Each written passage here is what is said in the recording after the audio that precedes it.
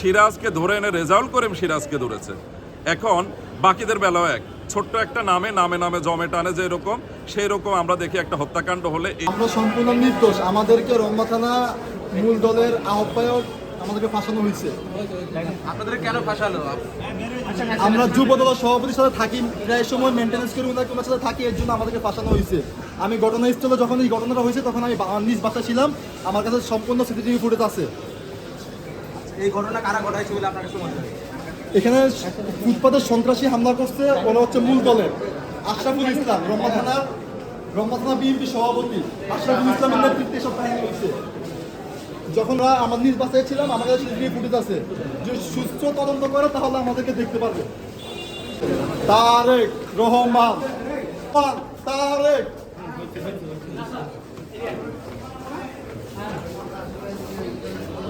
আমরা জানি যে আনারকলি সুপার মার্কেটের যে চাঞ্চল্যকর একটা হত্যা, সেটা হচ্ছে বিল্লাল হোসেন, যিনি নাকি যুবদল বা বিএনপির সাথে জড়িত ছিলেন, ইতোমধ্যে বহিষ্কার হয়েছেন।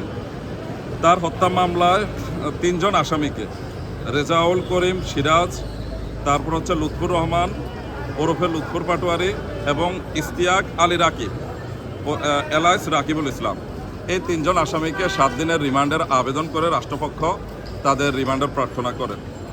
আমরা বিজ্ঞ আদালতকে বলেছিলাম যে একটা হত্যাকাণ্ড হয়েছে, যে কোনো হত্যাকাণ্ডের বিচার হোক এবং অপরাধ প্রবণতা কমুক, এটা আমরা আইনজীবী হিসেবে আমরা সেটা প্রার্থনা করি। কিন্তু আমাদের মূল চাওয়াটা হচ্ছে, আইনের ভাষায় একটা শব্দ আছে মিসক্যারেজ অফ জাস্টিস, যেটা হচ্ছে ভুল তথ্যের ভিত্তিতে অনেক সময় নিরপরাধ লোক ভিক্টিমাইজ হয়ে যায়, সেটা আরেকটা জুলুম।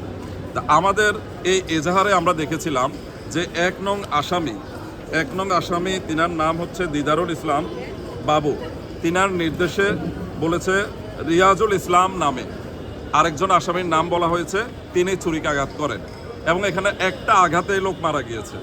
তো সেই আঘাতে যেহেতু লোক মারা যায় বা এটা সুনির্দিষ্ট স্পেসিফিক করা হয়েছে, বাকি অন্যান্য কোনো নিরপরাধ লোক যেন কোনো লাইবিলিটি তাদের গাড়ে না বর্তায় এবং তারা যেন হয়রানি না হয়।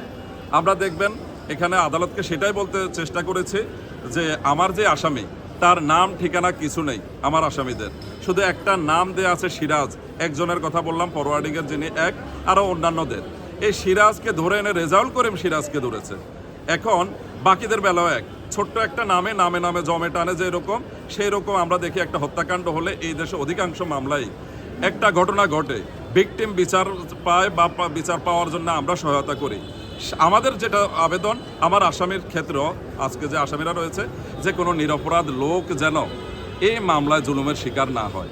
আদালত সন্তুষ্ট হয়েছেন। আমরা বলেছি যে মামলায় কোনো টিআই প্যারেড হয়নি, এখানে কোনো শনাক্ত করা হয়নি, এদের বিরুদ্ধে সুনির্দিষ্ট কোনো অভিযোগও নেই।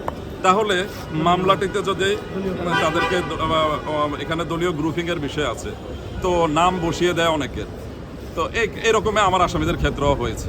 তাদের বিষয়ে সুনির্দিষ্ট কোনো অভিযোগ নেই, এটা আমরা বলেছি। আদালত সন্তুষ্ট হয়েছেন, হয়ে উচ্চ আদালতের নির্দেশনা মোতাবেক 7 দিনের যে রিমান্ড আবেদন করেছেন, তদস্থলে উচ্চ আদালতের নির্দেশনা মেনে সতর্কতার সহিত তাদেরকে জিজ্ঞাসাবাদের জন্য 1 দিনের রিমান্ড মঞ্জুর করেছেন। জামিন আবেদন করেছি, জামিন আবেদন নামঞ্জুর করেছে। এই পর্যায়ে জামিন আবেদন যেহেতু রিমান্ডের বিষয় আছে, তাহলে 2টাই কমপ্লিট হয়ে যায়, জামিন দিলে রিমান্ডে নেওয়াটা। এই কারণে জামিনের আবেদনটা নামঞ্জুর করেছেন, করে তিনি এখানে আমাদেরকে